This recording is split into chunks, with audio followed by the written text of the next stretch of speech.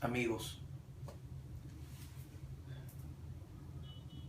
una persona que está comprometida con el sistema de justicia no podría dejar de pronunciarse frente a la grave crisis que sufre el sistema anticorrupción y concretamente o principalmente el ámbito de la Procuraduría Anticorrupción a raíz del conflicto generado entre el ministro de Justicia y la ex procuradora adjunta Jenny Vilcatoma.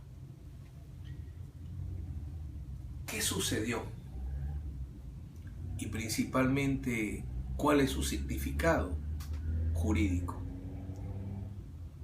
Creo que debemos partir por analizar si el testimonio de la ex procuradora es un testimonio creíble o no. ¿De qué nos da cuenta? Nos da cuenta que el ministro de Justicia realizó un acto indebido tratando de afectar su independencia profesional para favorecer a un investigado sujeto a una causa criminal que es el señor Martín Belaúnde Locio, y que esto sería como consecuencia de defender los intereses de el presidente de la República y la primera dama. ¿Es este testimonio creíble o no? Creo que el error parte, si es que se pretende reducir, como lo hace el sector propenso al ministro de Justicia, reducir el tema al audio, que de por sí es rico, por cierto, en significado probatorio, sino que hay que analizar todo el contexto. Es una cadena de indicios. El primer indicio es el sistema de impunidad que se creó en Ancash. Durante varios años, Ministerio Público, Poder Judicial, Policía y la misma Procuraduría Anticorrupción realizaron una actividad omisiva que permitió que ningún caso penal importante contra el presidente de la entonces región Ancash, César Álvarez, consolide. En ese esquema de impunidad tiene un rol protagónico el fiscal de la Nación de ese entonces, José Antonio Peláez, y el actual fiscal de la Nación, Carlos Ramos, que como fiscal de control interno tenía competencia para verificar el cumplimiento de un adecuado ejercicio funcional por parte de los miembros de la Fiscalía. Tengamos presente que la doctora Vilcatoma vivió y sufrió ese esquema de impunidad o ese escudo de impunidad, según nos cuenta. Posteriormente, el caso logra consolidarse y venir a Lima. Ahí parecía que las cosas estaban funcionando bien. Pero viene el problema del fiscal Guamán a cargo de la investigación, que termina reunido con el ministro de Justicia. Se dice si esto es legal o es ilegal. Yo creo que hay un problema de partida, y es que tratándose de una investigación en la cual una hipótesis, un posible tema de investigación es la vinculación que existiría entre Belaúnde Locio y cómo la habría utilizado respecto de la pareja presidencial para cometer los delitos que se le atribuye. Si existía ese posible tema de investigación, lo que se aconsejaba por parte del Poder Ejecutivo era una exclusión. El presidente de la República debía mantenerse lo más alejado de. Sin embargo, aparece el ministro de Justicia, no en una coordinación directa con el fiscal de la Nación, ni siquiera con el con el procurador anticorrupción de ese entonces, sino directamente con la fiscal adjunta. Y el diálogo que da el audio es un diálogo donde claramente aparece que el ministro de Justicia quiere convencer a la Procuraduría que no se oponga prematuramente a un procedimiento de colaboración eficaz. El hecho en sí no es ilegal. Si el ministro de Justicia tuviese como práctica coordinar con todos sus procuradores la estrategia de cada caso y la estrategia fuese tenderle un cebo a Belaúnde del Ocio para acercarlo, para que dé una declaración de solicitante de colaboración eficaz y utilizar esa información, en buena hora. Es legal. Pero el problema del diálogo es de forma y de finalidad. De forma, ¿por qué? Porque en ese diálogo se establece que a Cristian Salas había que dejarlo de lado. Entonces ahí viene la primera informalidad o la primera colisión de formas. ¿Cómo puede el ministro de Justicia dejar de lado al fiscal anticorrupción y coordinar con sus adjuntos una estrategia? Eso no es correcto. Viola las normas internas de funcionamiento de la Procuraduría. El otro elemento de forma que cuestiona, hace ilegal o irregular el diálogo, es que el mensaje era convencer a la Procuraduría, a la Procuradora Adjunta, que no haya una negativa prematura, repito, a promover un procedimiento de colaboración eficaz, cuando ya el procurador titular anticorrupción había sentado una posición. En todo caso, había que convencerlo a él. Y otro elemento adicional de forma y de fin que me lleva con el convencimiento que se trataba de un acto irregular es la presencia del asesor presidencial. La presencia del asesor presidencial es un indicio del interés del presidente de la República y por extensión de la primera dama. Eso refleja que el asesor presidencial haya participado en la reunión donde se trate el caso de Belaúnde del Ocio. Entonces, ¿qué se defiende cuando se trata de convencer a la procuradora de que no haya una negación prematura de un eventual procedimiento de colaboración eficaz? Se defienden intereses estatales, se defiende una estrategia que pretende diseñar el ministro de Justicia en esta persecución penal, o se defienden los intereses particulares que da cuenta la prensa respecto a la vinculación de la pareja presidencial y concretamente de la primera dama con Belaúnde del Ocio, que data del primer proceso electoral en el que participa Ollanta Humala y donde las empresas de Belaúnde del Ocio tienen que justificar los ingresos de Nadine Heredia y en esa época su cuestionamiento con su conexión con el gobierno bolivariano de Hugo Chávez.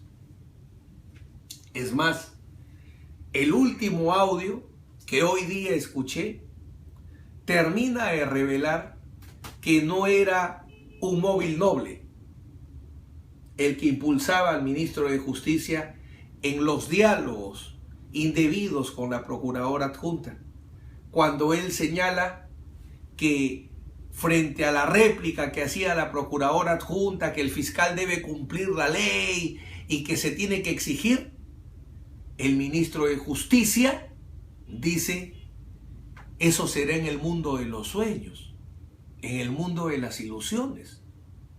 Ahí es interesante un psicoanálisis. Si el ministro de Justicia dice que hacer cumplir la ley o luchar porque se cumpla la ley es en el mundo de los sueños o las ilusiones, entonces ¿en qué sociedad vivimos y qué régimen político nos gobierna? La lucha por el derecho y el cumplimiento de la ley no es en el mundo de los sueños, es en la realidad diaria que nos toca vivir. Por otro lado, es preocupante otro indicio que es un indicio de oportunidad. Justamente se le dice a la procuradora: no pelees, no se opongan, la Procuraduría no se oponga a un inicio de colaboración eficaz, pretextando que Belaúnde Locio sería líder. Se había pendiente un pedido de meses atrás presentado a la Fiscalía, donde se dice que se estaba pidiendo la precisión, que se tipifique o no, que se señale si estaba tipificado o no como parte de la imputación la condición de líder o cabecilla de Belaúnde Locio. Si esa petición de definición, si era líder o cabecilla, estaba pendiente de resolución, ¿qué era lo estratégico en una estrategia sana de defensa desde la visión de la Procuraduría? Insistir en que salga la disposición fiscal señalando si era o no líder, si era o no dirigente en la imputación, o más bien empezar a discutir que sí procede el beneficio, sí procede el procedimiento de colaboración eficaz. Quizás lo que se estaba esperando, y ojo, se puede seguir esperando, es que esa disposición fiscal diga que no es dirigente. No me extrañaría, porque la procuradora, Vilcató, me ha dado cuenta que luego del diálogo con el ministro de Justicia y el fiscal del caso Guamán, el fiscal la llama y le dice: doctorita, hemos analizado las debilidades del caso y el ministro ha comentado que un abogado se puede hacer de mucha plata con un habeas corpus.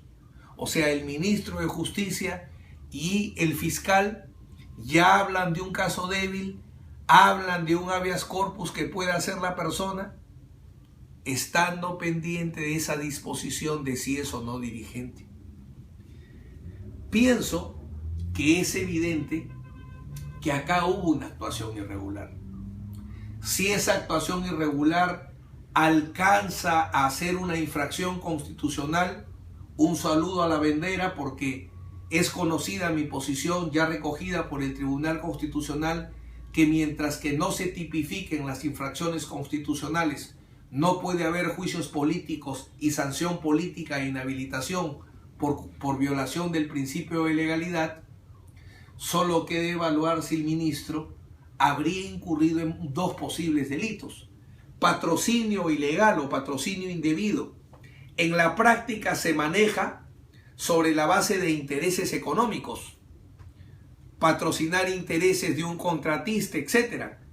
Pero sostengo que una interpretación adecuada de correcto funcionamiento de la administración pública, es decir, del bien jurídico genérico, nos permite establecer que patrocinio indebido es en cualquier materia, no solo económica o patrimonial, donde un funcionario defienda intereses particulares. Entonces, es un tema de investigación, ojo.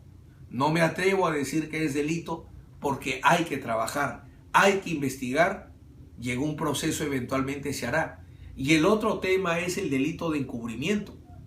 Porque si el ministro sale y cambia de estrategia, el Ejecutivo ya no trabaja en el caso Belaúnde Locio solo con las debilidades de la Fiscalía, sino lo hacen ahora con una injerencia directa sobre los procuradores, es porque les preocupa el caso, no me cabe la menor duda, les preocupa el caso y podría haber un encubrimiento.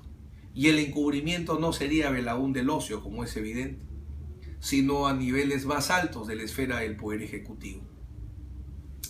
El gran problema es que el gobierno presenta una gran debilidad en lo que es corrupción gubernamental. Reflexionemos. El presidente de la República no había asumido el caso y su hermano Alexis Humala viajaba a Rusia para entablar negociaciones con un congresista de la República, hoy vocero de Gana Perú o del partido humanista. ese hambre prematuro de Alexis Humala quedó ahí y durante todos estos 5 años de gobierno desapareció. Hubiera sido interesante que sigan la ruta del hermano del presidente. O si no, el prematuro hambre del vicepresidente de la República, ex procurador Omar Chejade, y el caso de las brujas de Cachiche. ¿Qué pasó en ese caso? Porque es evidente que ellos no son empresarios azucareros. Los hermanos Chejade respondían a los intereses de otra persona que tenía interés evidentemente en que se tome la azucarera en Andahuasi. ¿Quién era ese traficante, ese comprador de influencias? Nunca se investigó, nunca se determinó. Y así por el estilo podemos ir examinando diversos casos. El caso López Meneses, donde el presidente de la República dispone una mini investigación, una investigación sumaria, él sale a dar cuenta, pero cuando lo llaman para que declare como testigo ante la comisión del Parlamento, invoca indebidamente la inmunidad, porque la inmunidad es de arresto y de proceso. No hay inmunidad para no ser testigo. Para eso no se dio el privilegio constitucional de inmunidad. Y en ese caso hay claras evidencias. ¿Quiénes patrullan la zona? Personal de seguridad asignado a Palacio de Gobierno. ¿Quiénes están en conflicto? El presidente, el Comando Conjunto de las Fuerzas Armadas con el director general de la policía. Para que entren en conflicto el almirante Cueto con el director general de la policía. ¿Cuál era el conflicto? ¿Quién generaba el conflicto? ¿En qué nivel se generó la disposición o la orden de todo ese movimiento de seguridad para que el presidente del Comando Conjunto de la Fuerza Armada tenga que enfrentarse al director general de la policía? Es evidente que no se originó en un nivel intermedio. Y ahora el caso Belaúnde Locio, una constante. Todo fiscal, toda investigación que se ha querido dar en torno al señor Belaúnde Locio, ¿dónde terminaron los fiscales? Razonan y dicen los defensores del ministro, pero él trajo a la fiscal Vilca Toma, él la llevó a la Procuraduría, por tanto, en la Procuraduría eso significaba de que había un gran interés en el luchar. Será contra cierta parte del caso, no el caso completo. Porque si alguien quiere congelar a un gran perseguidor o fiscalizador, lo lleva a la Procuraduría. Un solo caso donde la Procuraduría haya armado un caso contra el gobierno de turno vigente. Un solo caso. Perseguir al ex poderoso, perseguir al ex gobernante, al ex ministro, al ex comandante. No es tan difícil. Pero perseguir si la ex procuradora Vilca Toma significaba un ejemplo, un símbolo, es evidente que con el resultado que se ha producido, no le va a quedar ganas a un procurador de ser independiente. Y el procurador no debe olvidar que es abogado, que como abogado ejerce su profesión con libertad. El libre ejercicio de la abogacía es una condición esencial en la defensa. En el ejercicio de la profesión de abogado tiene que ejercerse con libertad de profesión. Esto es, el abogado no puede ser parapetrado, salvo por el derecho o por el interés legítimo de su cliente. Lo otro que no debe olvidar el abogado, así sea procurador, es que hay causales de renuncia. Y una causal de renuncia es el conocimiento que su cliente utiliza métodos ilícitos. Y si no es renuncia, de denuncia. Por eso cuando se dice que la procuradora incurrió en ilicitud al grabar al ministro, no, era su deber. Porque los funcionarios públicos tienen el doble deber de denunciar el delito, de frenar la irregularidad, de frenar el abuso del poder. Y para poderlo hacer, un abogado sabe que para poder denunciar el abuso o mal uso del poder, lo primero que necesita es prueba.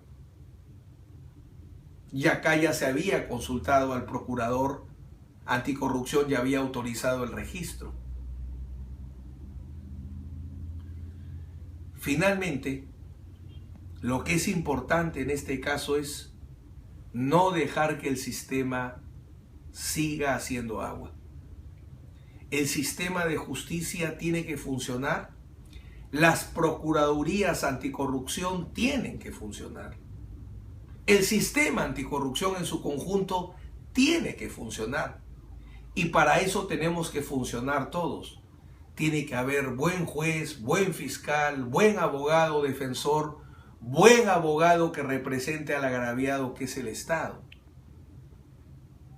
Acá hemos visto excelentes ejemplos de funcionamiento contra la corrupción regional, contra la corrupción municipal, pero contra la corrupción gubernamental todavía el sistema sigue siendo deficiente y las respuestas que ha dado el Estado, en este caso, no contribuyen a eso. Hoy mucho se reflexiona, y permítanme para terminar, que hay que eliminar o reducir drásticamente la corrupción. Para eso es necesario que el sistema anticorrupción funcione. Y para que el sistema anticorrupción funcione, tiene que haber abogados dispuestos a hacerlo funcionar. Los procuradores siendo independientes. Los fiscales siendo honestos y valientes en el cumplimiento de su función. Si alguna impunidad es la más grave de todas, es la impunidad que genera la fiscalía, que es el defensor de la sociedad frente a los delitos. El gran luchador contra el delito es el fiscal. Y el fiscal no puede ser un no investigador de delitos o un investigador mediocre de delitos. Y finalmente, para que funcionen los sistemas anticorrupción, los abogados tenemos que hacer defensas honestas. Quizás sea un pleonasmo, una repetición, porque la defensa solo puede ser honesta. Porque la defensa solamente es la que se realiza, ¿cómo se llama? Defensa técnica. Esto es, utilizando medios legales. Y si utilizamos el derecho para defender, viene su otra dimensión, ética. Porque la abogacía se ejerce a través del derecho o utilizando el derecho con criterios de deontología forense o éticos.